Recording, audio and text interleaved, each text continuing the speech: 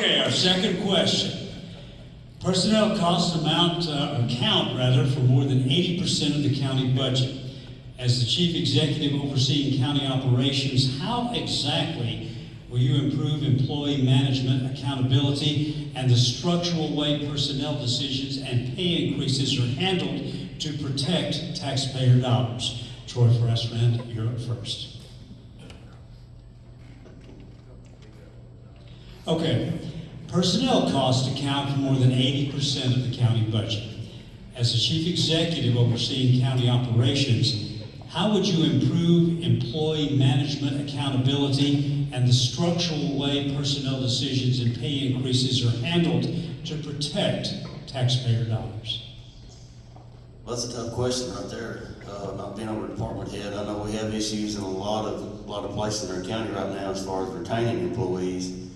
And I know our pay scale went through changes in the last couple of years to get everybody up to grade.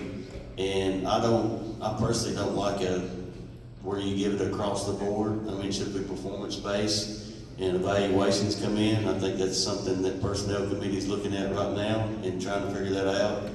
We just passed a $1.49, I believe it was a $1.49 raise for all county employees, instead of going a percentage rate, because that way it keeps everything more balanced.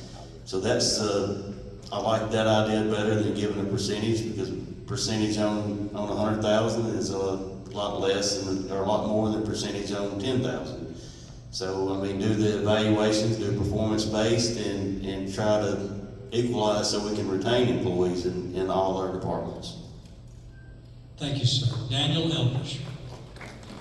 Yeah, I actually agree with Troy on that. I mean, we need merit-based, we need annual reviews, that, the employees should have job descriptions, and they should be, you should ought to touch base periodically throughout the year, let them know how they're doing, and then an annual review, and then it should be a merit-based raise system. I also do prefer the idea of, a flat across the board rather than a percentage increase. So there's some things like that we can do. And Walt, I concur with what he said. We do need an HR person. That's the type of, of activity that an HR person could deal with that would really be beneficial to our county. So, I agree with this.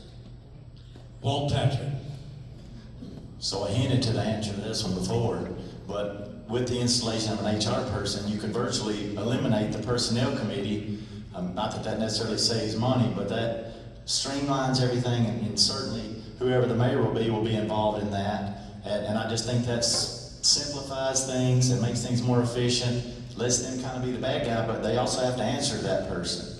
So I think that solves several problems, adds some simplicity, and we also know who to talk to, who the people to talk to. And that's something that needs to be opened up, and you'll hear that, I'm sure. It's certainly a gap between the people. Hey, we all have family or friends in the courthouse. We don't want anybody to get fired or anybody to lose money, and that's a thankless job a lot of days. But I do think the HR person is an answer to so many of those questions that where we need to simplify and be more efficient. All right, Glen Douglas.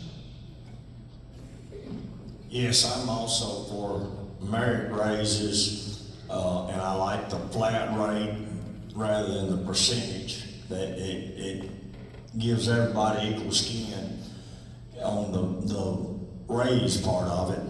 The other thing, though, is it's not a thankless job at the courthouse. It's a very job that you deal with the public day in and day out.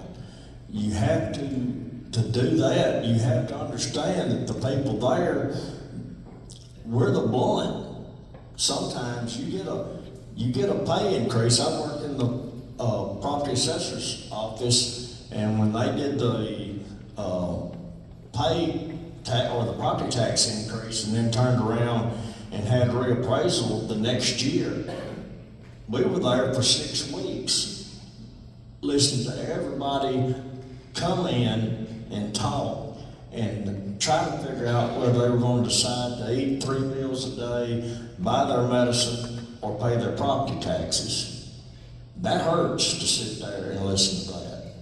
And that's one thing that you don't factor into it. third question. Constituents have expressed concern regarding how thoroughly agenda materials are reviewed before commission votes. As mayor, what specific steps will you take to ensure commissioners receive materials early and are fully prepared to make major tax and budget decisions? And Daniel Eldridge, you're first. Well, that's a great question. Communication is really one of the cornerstones of my campaign. I really think we need to improve in those areas, not only with the commissioners, but with just the public. One of the things that I would like to see us do is have quarterly town hall meetings where we advertise it so the commissioners can be there, but we also invite the public. We can invite in experts if we have a specific topic and just open it up for discussion. As I've traveled around the county over the last 2 years or so with the comprehensive plan, we had several public meetings, and the amount of information we get back is really incredible, just listening to the people. So just communicating with the commission, I think, is a big deal. We can improve our website. That's already been discussed. If you look at Murray County, all the agendas are on there, all the minutes, all the documentation that you need. So we've done a good job, I think, making some improvements there, but we can continue to do that. Okay, Walt Patrick. That's, this is a great point, something, all the people I've talked to all through the county all have a resounding need for more information. It's 100% true, the website needs to be better. Not necessarily, I don't think Facebook's the answer, but to go even further, it's something I've considered thinking like, well, if I'm so lucky to be elected, that I want to have a pep talk with all the commissioners. And let's go back to old school, something that I think solves so many problems, especially on the communication side. That old school, let's keep a log of people in our constituents that we've talked to.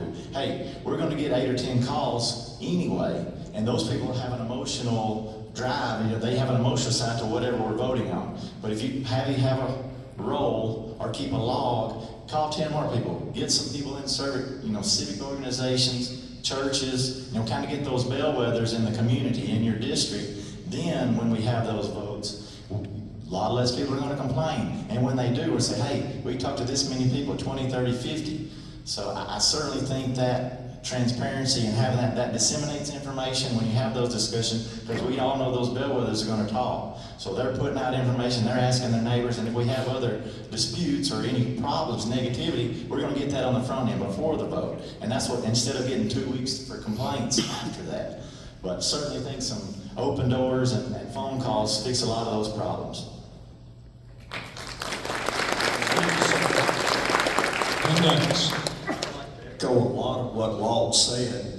An open door policy is first and foremost.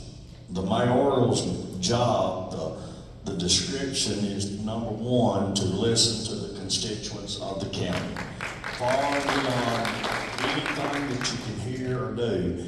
Second is to give good advice to the commissioners. Number one is transparency with the county. Second is complete transparency with the commissioners, which we do not have right now. And another thing is this transparency is something that we're hung up on. It's time to say it'll happen rather than sitting up here making campaign talk about it. Because it will happen if I'm elected mayor. That's going to be one thing that's definitely, there's always going to be an open door. And you have to have the public input, and the public needs to be first. Frassrand. Like they've all said, communication, transparency, that's just what we need. It's like we have a commission meeting Tuesday night, we got our agenda packet today. So the commissioners that didn't go to the committee meetings or not involved in other committees, they go over this, they get it from now to Tuesday night to understand and to try to get it out to their constituents. But that's hard to communicate to everybody in 3 or 4 days. So maybe we need to get our agendas out earlier, that way we can get it to our constituents or get it to the county and let them know more about what's going on. That way they get more involved on the front end instead of the back end. And, just involvement with the county. We have a very low turnout at the commission meetings. Everybody wants to gripe and complain on the Facebook side. you know, we want your input. Every commissioner that's up there wants your input, wants to know what you think, what you want, or what we need. And that's what I want. I mean, I'll have an open door policy. You can come kick the door down, walk in, however you want to do it, come see me at my house. I mean, you can find me somewhere. My phone number's everywhere. Just call and let me know what you'd like to know. If I don't know the answer, I'll find the answer out or do what I can to get the answer for you, to who I got to talk to, who it's got to come from. But transparency, getting more information to everybody out there, and getting more input from our constituents, so that way we know what y'all are wanting the commissioners to do and to vote on. Thank you. All right, our fourth question, Walt